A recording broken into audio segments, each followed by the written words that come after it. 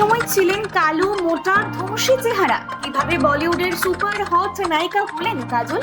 বলিউড হোক বা টলিউড কিংবা সিরিয়ালে, আজও প্রধানত নায়িকা বাছাইয়ের ক্ষেত্রে ফর্সা এবং স্লিম চেহারাকে প্রাধান্য দেওয়া হয়। যদিও কোথাও কোথাও অবশ্য এই ধারণা বদলেছে এখন। তবে আজ থেকে 20 থেকে 30 বছর আগে ইন্ডাস্ট্রিতে নায়িকাদের বডি শেমিংটা অনেকটা বেশিই হতো। প্রবল কটাক্ষের শিকার হতে হয়েছিল বলিউড অভিনেত্রী কাজলকেও। কাজল যখন প্রথমবার বলিউডে পা রেখেছিলেন তখন তার চেহারা তৎকালীন সময়ের অন্যান্য নায়িকাদের মতো ছিল না। তার গায়ের রং ছিল চাপা, শরীরের মেদ স্পষ্ট ধরা পড়তো ক্যামেরায়। সেসব দেখে অনেকেই তার নায়িকা হওয়ার পথে বাধা হয়ে দাঁড়াতে চেয়েছিলেন। তার চেহারা নিয়ে মন্তব্য করে তার মনোবল ভেঙে দিতে চেয়েছিলেন। কাজলের সম্পর্কে অনেকেরই ধারণা ছিল তিনি হয়তো ইন্ডাস্ট্রিতে খুব বেশি দিন টিকে থাকতে পারবেন না, কারণ তখনকার দিনের নায়িকাদের মতো চেহারা ছিল না তার। তবে ইন্ডাস্ট্রির প্রচলিত মিথ ভেঙে গুড়িয়ে এমন সাহস দেখিয়েছিলেন কাজল। কালো এবং মোটা চেহারা হওয়া সত্ত্বেও একের পর এক সুপারহিট ছবি তিনি উপহার দিয়েছেন, কারণ তার অভিনয়ে খামতি ছিল না কোনো।